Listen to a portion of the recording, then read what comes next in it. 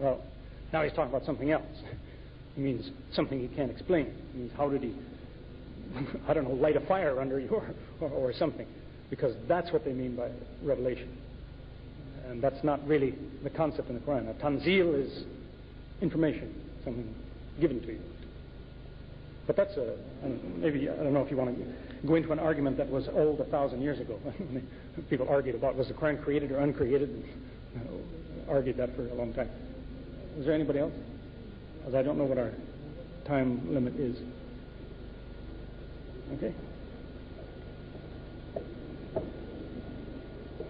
Some of the questions that cannot be answered that are on these lists are absolutely outside the lecture today, and yet some of them require a lecture itself. There are some questions like, what is the difference between Sunni, Shia? They were completely outside the lecture, and I would please, if any of you want to ask a question, please do so on the subject that was discussed today. Any questions now?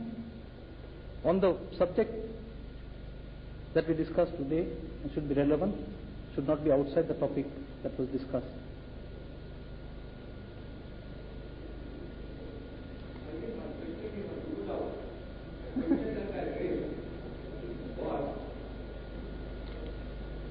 Yeah, what was it?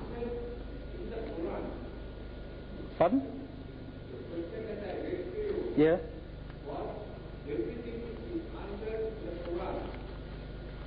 Yeah. What about the Hadith Qudsi? Correct?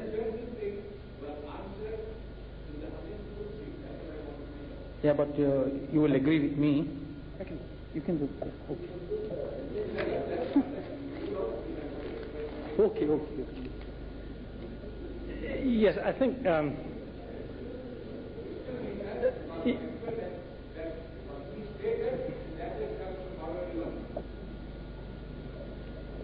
missed that, I'm afraid. Anyway, oh yeah, here's the question. The Qur'an says many times that it is complete. You find that in the 6th surah, for example, about the 112th, 113th ayah, it says there's nothing left out, no detail. So, in fact, I remember talking with an Egyptian brother one time, and I mentioned this ayah, and he said, that's not true.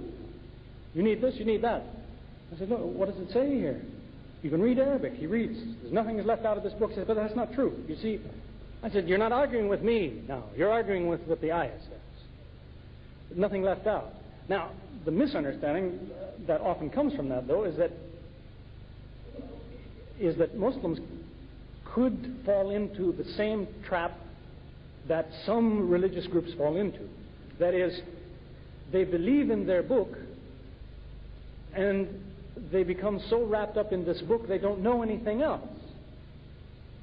The Qur'an is not of that nature. The Qur'an tells you what you need is here. It lacks nothing. But what does it tell you to do? Time and time again it says, look here, look there. If you don't think this is true, look there, you'll see it is. Verify this, examine that, research this, find out more about that. So it keeps directing your attention to